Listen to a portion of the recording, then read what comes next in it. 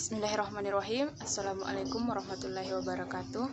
Baiklah, saya Sumarniati dari kelas AFI 4 dengan NIM 3010119125. Ingin menjelaskan sedikit tentang psikologi agama. Pertama yaitu konsep dasar psikologi agama. Psikologi agama mempelajari masalah-masalah kejiwaan yang ada sangkut pautnya dengan keyakinan beragama seseorang, di mana manusia berupaya menyembuhkan gangguan kejiwaannya melalui ajaran agama. Karena agama menawarkan suatu hubungan yang transendental terhadap sesuatu yang melalui upacara keagamaan yang memberikan dasar emosional bagi rasa aman dan identitas yang lebih kuat di tengah ketidakpastian. Kata agama juga menyangkut masalah yang berhubungan dengan kehidupan batinia manusia. Agama sebagai bentuk keyakinan memang sulit diukur secara tepat dan terperinci. Aliran dalam psikologi agama.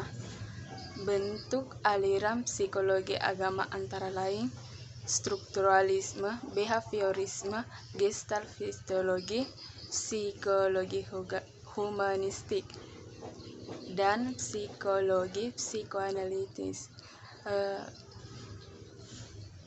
Strukturalisme yaitu segala sesuatu dalam diri manusia berasal dari kesadaran. Metode yang dipakai dalam aliran strukturalisme ini yaitu metode induktif, yaitu metode introspektif. Metode introspektif ini yaitu dengan meminta seseorang untuk menceritakan kembali pengalaman masa lalunya atau perasaannya setelah dia melakukan sesuatu. Yang kedua itu fungsionalisme. Pengertian fungsionalisme itu yaitu orientasi psikologi yang menekankan pada proses kejiwaan yang sedang dihadapi dan menghargai manfaat psikologi. Yang ketiga yaitu behaviorisme. Behaviorisme yaitu aliran behaviorisme ini merupakan asumsi kejiwaan bukannya materi atau objek, sehingga tidak dapat diteliti langsung. Bagian D yaitu psikologi psikoanalitis. Hal yang terdapat di alam bawah sadar yaitu kenangan yang ada atau ada available memory yang mudah dipanggil kembali ke alam sadar. Ingatan-ingatan masa lalu yang teringat kembali dengan mudah dipanggil kembali. Bagian E yaitu aliran humanistik.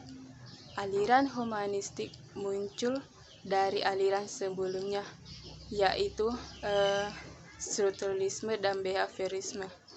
Aliran ini juga disebut de tre forte setelah aliran kedua sebelumnya.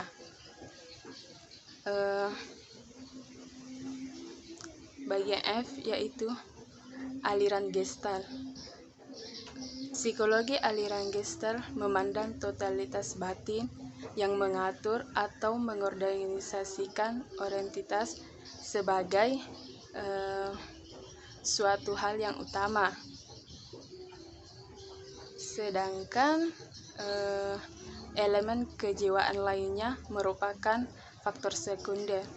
Gejala-gejala psikis tertentu yang bersifat khusus menurut Gestalt merupakan totalitas yang tenaga batinia.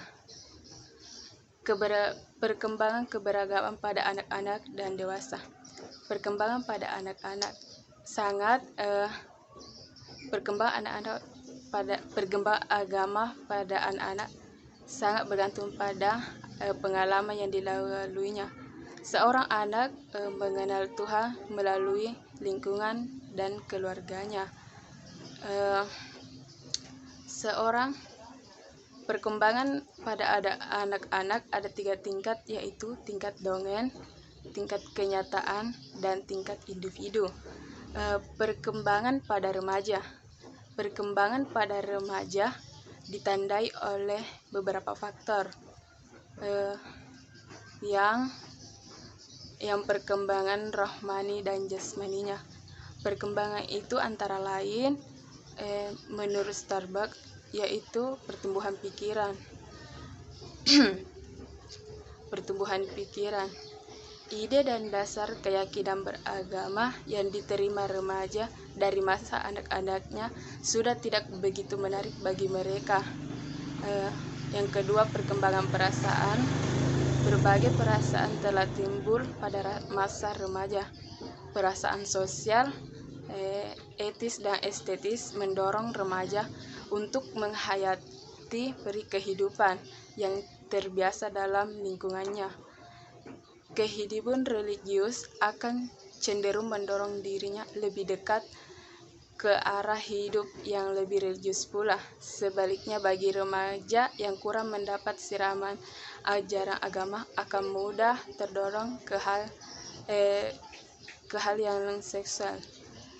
Yang ketiga itu pertimbangan sosial. Corak keagamaan pada remaja juga ditandai oleh adanya pertimbangan sosial.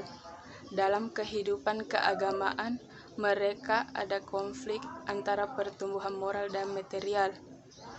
Bagian D, perkembangan moral. Perkembangan moral pada remaja mencari proteksi. Perkembangan agama pada orang dewasa. Kemantapan jiwa orang dewasa setidaknya memberikan gambaran tentang bagaimana tentang sikap keberagamaan pada orang dewasa. Mereka sudah memiliki tanggung jawab terhadap sistem nilainya yang dipilihnya, baik yang sistem nilai yang bersumber dari ajaran agama maupun yang bersumber dari norma-norma lain dalam kehidupan. Menguraikan bentuk penyimpangan perilaku beragama dan seleksinya. Seperti yang kita ketahui bahwa perilaku menyimpang adalah perilaku yang tidak sesuai dengan norma-norma dalam masyarakat. Penyebab perilaku penyimpangan pada anak, perilaku menyimpang pada anak belum diketahui secara pasti, namun lingkungan keluarga menjadi salah satu faktor yang paling mengawali dalam terbentuknya perilaku menyimpang pada anak. Masalah ini bisa muncul karena kurangnya perhatian orang tua terhadap anak, pola asuh anak yang kurang baik, atau bahkan trauma psikis yang mungkin dialami oleh anak. Dari sekian banyak perilaku menyimpang pada anak, berikut ini ada beberapa contoh, yaitu yang kerap terjadi pada anak antara lain: bolos sekolah karena malas belajar, sering bertengkar baik orang lain maupun orang tua, gemar merusak fasilitas umum, merokok dan mengonsumsi minuman alkohol. Cara mengatasi anak yang berperilaku menyimpang yaitu perbanyak waktu luang dengan anak, buat jadwal harian anak, atau jalin hubungan antara orang tua dan guru di sekolahnya. Sekian, assalamualaikum warahmatullahi wabarakatuh.